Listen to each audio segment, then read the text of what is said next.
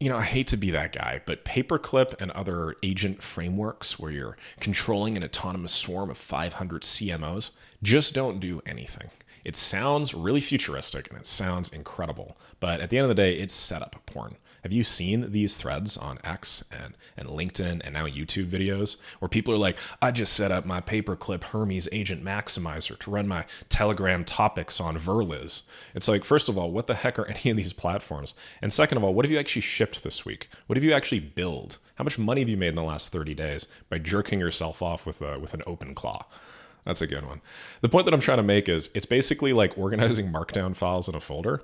And YouTubers like myself, people on X and LinkedIn and stuff like that are all incentivized to make every one of these new agent frameworks and developments much bigger than they actually are. I've tried removing names and stuff because obviously I don't want to put anybody on the spot. But check out this fella. This is the peak 19-year-old experience, he says. It's 2:10 a.m. I got 3 Claude Code terminals on the MacBook, setting up Hermes and Paperclip on the monitor and whisper flowing Hermes inside of my Telegram topics. What more could you ask for? This reads like freaking ancient Egyptian hieroglyphs to anybody that's actually making money. What more could I ask for? How about some MRR, little bro? Like, come on. What are you doing here that's actually economically valuable? Or maybe this one here. I really didn't want to manage an AI team, so XYZ name redacted found a solution. Paperclip, the open source project. What she showed me. Paperclip leads her agents using its project management setup. Humans on her team use it to assign tasks to agents. Agents delegate tasks to humans or other agents. Paperclip turns your goals into agent tasks. It turns an SEO audit into agent tasks. And finally, it organizes OpenClaw agents or even creates its own agents. Can I just get to the real meat and potatoes of whatever this person's business is? What are you actually doing? What is actually like external facing deliverable here that adds value? The only thing here out of these 6 tasks that is not completely masturbatory, even though it is still quite masturbatory, is it turns an SEO audit doc, for example, into agent tasks.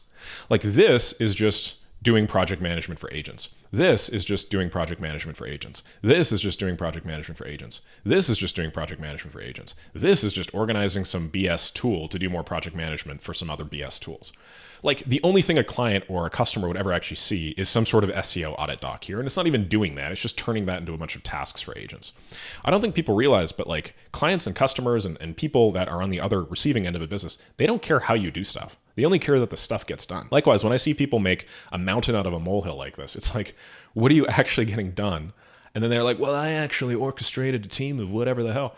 I'm like, okay, great. So why didn't you just do that yourself? It probably would have taken 100 times less actual man hours than you trying to build this incredible wrapper around like an SEO audit doc. And by the way, what the hell are you doing with an SEO audit doc anyway, man? It's 2026. Okay, check this one out. 0 human company install using Paperclip and Claude. This looks really cool. Like, went relatively viral on X and whatnot. You have like a little terminal with, I think, Ghost TTY on the left-hand side, and then you have like the actual Paperclip dashboard. And I mean, like, I was like, wow, this is so cool. What are they actually doing? Can you read this? Hopefully you can. It says community lead agent is defining the community content and launch strategy. This one's researching and evaluating community platforms. This one here is improving the admin dashboard UX. And this one here is hardening the assessment pipeline reliability. Like 3 out of the 4 of these are just bullshit. You're just shipping and building stuff that like helps you ship and build stuff. You're not actually shipping and building anything. For instance, research and evaluate community platforms. I mean, like, that's just a Google search, man. Shouldn't you, as somebody that's about to like start a whole business or community on this thing, build with AI, return my time, whatever the heck, shouldn't you just make that decision on your end? Improving the admin dashboard UX. Oh, I'm sorry, is Paperclip not good enough for you? So you're going to make your Paperclip dashboard better so that you can make your Paperclip dashboard better? How about hardening your assessment pipeline reliability? Guarantee you this is some assessment that other agents are going to use to assess the quality of the deliverables or something. Like 1 out of the 4 things here are actually probably moving a needle in some way, and it's something that realistically, like, this fella should not actually be having an agent do. He should just like sit down and think about it for 5 minutes. He'd do way more. Okay, I got like another standout one here. Day 2 out of 30, trying to make viral videos on TikTok with Paperclip. Paperclip started and it's already conducted research with Verlo to identify trends in the fitness industry. Then it researches some websites on Reddit and Hacker News. The main bottleneck, though, is agent-media. I'm not sure if it can create good enough videos yet. Sometimes the simple videos work better than complicated ones. Then everything is scheduled in post-is. Sometimes I'll add the Larry skill. Let me know if there's any other service that I need to connect to Paperclip, because that's obviously your bottleneck, bro. It's like, what is this thing doing? It's just doing research with Verlo, Reddit, Hacker News and scheduling and post is? The only thing that matters when you make videos is, are your videos good? Why are you like spending 99% of your time around stuff that is not about the main thing? Just like make the main thing the main thing. Just figure out if you can make good quality videos first. Let me tell you, I could have a quadrillion AI agents churning in the background, but I wouldn't be able to create the sorts of videos that I create today. Because at the end of the day, like, I am the bottleneck. And just like this fella is the bottleneck, he's currently not really realizing that. So instead, he's trying to do everything possible not to do the work that actually needs doing. You know what all this reminds me of? This just generational meme where you have a simpleton on the left-hand side, and what tool does he use to get his stuff done? Apple Notes. You have this sort of like median average fellow over here, and what tool does he think he needs? He thinks he needs Readwise and Anki and Quizlet and Adobe Acrobat and Notion and a bajillion other tools.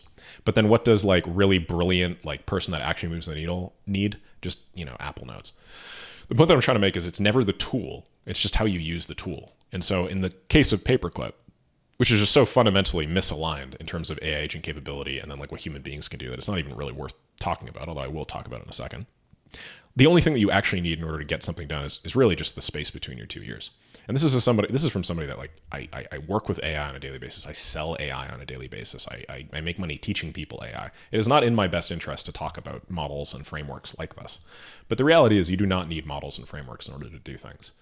You just need like a healthy dose of gumption and high agency to go and actually do the thing yourself, not delegate it off to a quadrillion agents. The last point I'll make on this is, I don't know if anybody remembers this hilarious exchange between Parag Agrawal. He was, I think, the former CEO of Twitter or something like that. And then Elon Musk right before he purchased it. Parag clearly is in rage mode over here. He sends like a 10-line message. And, if you go back further, there's a lot of these sorts of exchanges between the two. And Elon just cuts straight to the meat and potatoes of it, which is just, what did you get done this week?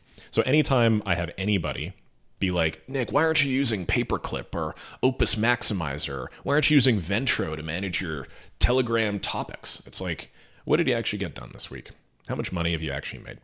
If you look around at the people that are actually out there billing the largest amounts, people that are actually like moving the needle in whatever substantive way, shape, or form, of course they use these tools, but the tools aren't the main thing. They're tools, right?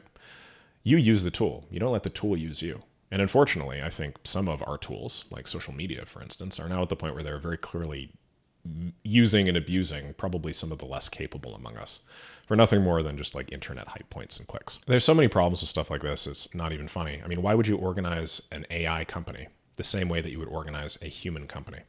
You're borrowing an organizational hierarchy chart or framework from 100 years ago.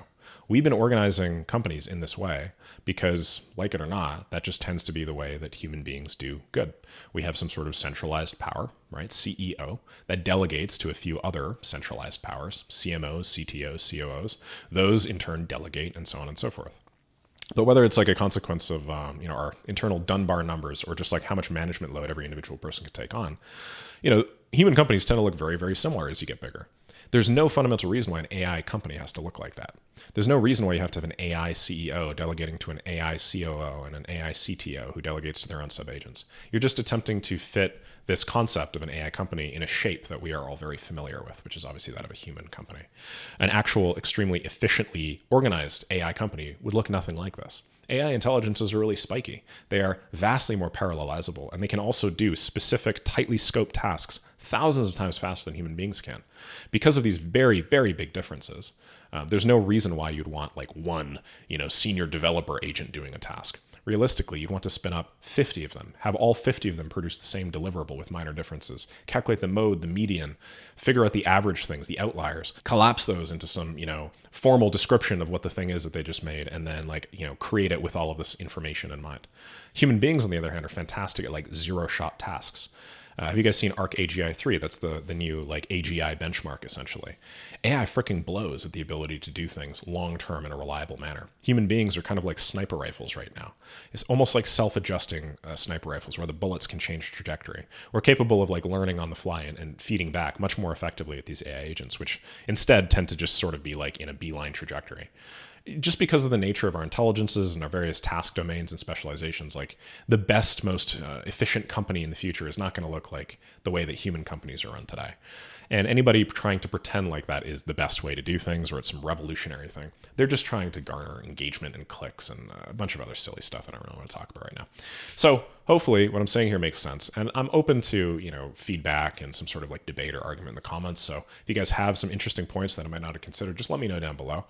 My take on all of this stuff is agent frameworks like this may eventually get to a point where they're good. But this paperclip thing and this theme of organizing, agent teams the exact same way you'd organize human teams, this is just like people looking for some form of engagement. We saw the same thing with like N8N AI agents, I don't know, 2.5 years ago or so. And it's like, my N8N agent controls my whole life and pleases my wife. It's like, nah, man, it probably doesn't. It's just a lot of motion, but not a lot of movement, if you catch my drift.